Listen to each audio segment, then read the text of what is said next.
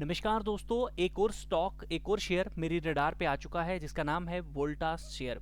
अगर आप लोगों की इन्वेस्टमेंट वोल्टास शेयर के अंदर है या फिर आप वोल्टास शेयर को खरीदना चाहते थे तो आपके लिए ये समय बहुत अच्छा हो सकता है। क्यों हो सकता है, आइए मैं A to Z सारी चीज़ें आप लोगों को बताता हूँ। और दूसरी चीज़, जो लोग लेकर बैठे हुए हैं और प्रॉफिट बुकिंग का सोच रहे थे, मैं उनको बस इतना कहना चाहूँगा कि थोड़ा सा वेट कर लो।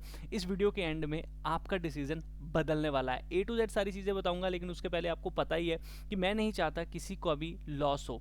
तो उसके लिए मैं आप लोगों को सबसे पहले इसका फंडामेंटल बताना चाहूँगा। तो प्रमोटर की होल्डिंग 30% है, अच्छी है। F5 की होल्डिंग 18% है, बहुत अच्छी बात है। DIS की होल्डिंग यहाँ पे 37% है। आप बोलोगे F5 यहाँ पर बेच रहे हैं, आपने इसके बारे में क्यों नहीं बोला? देखो, F5 और DIS दोनों मिलके काम करते हैं। F5 बेच रहा था तो DIS यहाँ पे खरीद रहा है, तो पॉजिटिव हो गया, कोई नेगेटिविटी वाली बात नहीं है यहाँ पर, ठीक है। क्योंकि एक ने खरीदा एक ने बेचा, बस इतनी सी बात। पब्लिक यहाँ पर क्या है, बेच रही है आहिस्ता आहिस्ता, शायद उनको बाहर निकाला जा रहा है, बट आई थिंक ये गलत होने वाले हैं। अब ध्यान से चीज़ों को समझना। देखो, कंपनी का रेवेन्यू जो है वो बहुत अच्छा है, इंक्रीज हो रहा है। नेट प्रॉफिट बहुत अच्छे तरीके से प्रॉफिट भी इंक्रीज हो रहा है। अर्निंग पर शेयर भी अच्छी खासी है। डेप्ट टू इक्विटी, कर्जा कंपनी का बिल्कुल 0.3 है, कोई ज़्यादा कंपनी कर्जे में है नहीं, लोन लेके काम कर नहीं रही। इनकम स्टेटमेंट की बात करते हैं हम लोग, तो इनकम स्टेटमेंट साफ साफ यहाँ पे दिखा रही है कि मेन बिजनेस से ही इनको पैसा आ रहा है, ये भी बहुत अच्छी बात है। कैश फ्लो की बात करते हैं, अगर कंपनी प्रॉफिट बना रही है तो क्या कैश को कन्वर्ट पा रही है?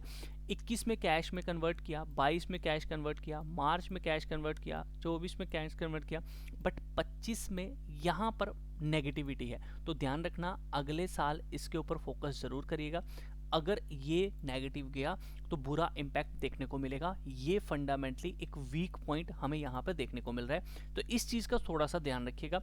यानी कि एक स्टॉप लॉस के साथ स्ट्रिक्ट काम करना है, क्योंकि यहाँ पर चीज़ें गड़बड़ाई तो अच्छी बात नहीं है। देखो, पिछले अगर 4 सालों से देखोगे कभी नेगेटिव नहीं गया है, बट 2025 में ऐसा क्यों हो रहा है? तो कोई ना कोई तो बात होगी। तो इस चीज़ का थोड़ा सा ध्यान रखिएगा कि अगले साल ये प्लस में हो जाए, या फिर क्वार्टरली बेसिस ये प्लस में ही रहना चाहिए। ये बात ध्यान रखिएगा ताकि अगले साल ये प्लस में हो जाए, ठीक है। तो इसके ऊपर जरूर नजर बनाइएगा। बाकी बैलेंस शीट की बात करते हैं, यहाँ पर कंसोलिडेशन बेसिस पे ही मैं सारी चीज़ें देखना चाहूँगा। इसमें मैंने हाँ कंसोलिडेशन ही देखा। तो यहाँ पर अगर बात करते हैं हम बैलेंस शीट की, तो यहाँ पर क्या दिख रहा है? यहाँ पे दिख रहा है कि मार्केट कैपिटल कुछ भी नहीं है 33 as compare to reserve and surplus. बहुत बड़ा रिजर्व एंड सरप्लस है इनके पास। लॉन्ग टर्म बोरिंग अच्छी खासी है, शॉर्ट टर्म बोरिंग अच्छी खासी है, मतलब कि इनको फर्क नहीं पड़ता है, ये बिल्कुल छोटा सा अमाउंट है, ये बात ध्यान रखना, ठीक है। क्योंकि रिजर्व एंड सरप्लस का हमने अमाउंट देख ही लिया है। इसके अलावा अगर हम बात करें, इन्वेंट्री अच्छी खासी है, ट्रेड रिसीवेबल पैसा अच्छा खासा आने वाला है, कैश एंड इक्विवेलेंट अच्छा खासा है। तो ओवरऑल कैश रिच कंपनी है, कोई दिक्कत वाली बात नहीं। सिर्फ एक ही दिक्कत वाली बात है कि ये नेगेटिव नहीं होना चाहिए अगले साल, ये बात ध्यान रखिएगा, ठीक है।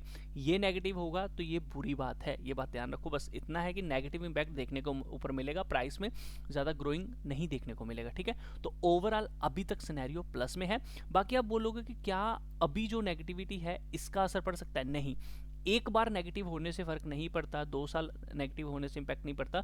जब 3 से 4 साल 5 साल लगातार ये चीज़ होगी, तब एक स्टॉक में इम्पैक्ट देखने को मिलता है। वन टाइम हो सकता है, सम टाइम बिजनेस है, बिजनेस में नहीं पैसा आया, नहीं प्रॉफिट किया, बट पैसा फंसा हुआ है ना, तो ये चीज़ें हो सकती हैं। बट आप देखो, इनके पास कैश है इतना कि सर्कमस्टेंस देख कर आगे सर्वाइव कर सकते हैं। तो ओवरऑल एवरीथिंग इज ओके। अब एक चीज़ और आप लोगों को बताना चाहूँगा कि जब भी आप स्टॉक लेते हो तो काफ़ी सारे लोग बोलते हैं प्रमोटर की होल्डिंग 50%। तो यहाँ पे मैंने बोला अच्छा है, कोई दिक्कत नहीं है। क्यों बोला? क्योंकि 30% प्रमोटर के पास है, F5 के पास देखो कितना है, 18, तो 50 हो गया। DI का देखो यहाँ पर कितना है, 37। तो ओवरऑल इसमें सबसे ज़्यादा पैसा बड़े प्लेयर का ही लगा हुआ है, पब्लिक का ज़्यादा पैसा नहीं है, इस बात का ध्यान रखिएगा। तो घबराने वाली बात ऐसी कुछ है नहीं कि ये अगले साल नेगेटिव में रहेगा या फिर फॉल आ जाएगा, ठीक है, ये बात ध्यान रखो। अब इंपॉर्टेंट चीज़ वो क्या है कि भाई जो अभी तक यहाँ तक वीडियो में पहुँचा है ना, आप लोगों को चीज़ें समझ आई हैं, तो प्लीज़ सब्सक्राइब करना एंड व्हाट्सएप के स्टेटस पे वीडियो को ज़रूर लगाना। आओ टेक्निकल बेसिस पे चीज़ें बताता हूँ दोस्तों। बहुत अच्छे तरीके से अपनी सपोर्ट से अगर आप ध्यान देखो तो ये जाने की कोशिश कर रहा है, जिसमें साफ साफ एक ही चीज़ दिख रही है कि ऊपर की तरफ 1672 इसका टारगेट होने वाला है, उसके बाद 1835 होने वाला है। तो ये दो टारगेट्स अभी नियर टर्म में देखने को मिल रहे हैं। स्टॉप लॉस, या मैं अगर बोलूं कि किसी को एंट्री करनी है इसमें, क्या अभी इस लेवल पे कर सकते हैं? जी हाँ, एक अच्छा लेवल है, कोई बुरा लेवल नहीं है, as per fundamental everything is okay. But यहाँ से ना आपका स्टॉप लॉस कहाँ तक बनेगा? वैसे तो इसके अंदर स्टॉप लॉस बन रहा है 1282 यहाँ का, ये लॉन्ग टर्म के लिए है, जो बड़ी सोच रखते हैं स्टॉक के अंदर उनका है, क्योंकि ये एक ना सपोर्ट से वापस आ रहा है, तो यहाँ वापस नहीं अब आना चाहिए, है ना। दूसरा, जो स्विंग ट्रेडिंग है ना, जो कैपिटल कम है, प्रॉफिट ज़्यादा कमाना चाहते हैं, जल्दी कमाना चाहते हैं और ज़्यादा लॉस नहीं लेना चाहते, तो उनको मैं बोलना चाहूँगा कि यहाँ पर ना, अगर आप इसमें 1 लाख लगाना चाहते थे, 50% लगा दीजिए।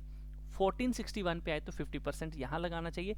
बाकी स्टॉप लॉस जो इसके अंदर होगा वो क्या होगा? वो होगा वीकली बेसिस, अगर ये अपने 20 SMA के नीचे चला जाए, ये जो 20 SMA है ना बुलिंगर बैंड की, इस पीरियड के नीचे अगर ये क्लोजिंग देता है वीकली बेसिस, तो इसमें वन टाइम एग्जिट बनता है, वापिस आ जाता है इसके ऊपर, तो दोबारा एंट्री बनती है, ठीक है।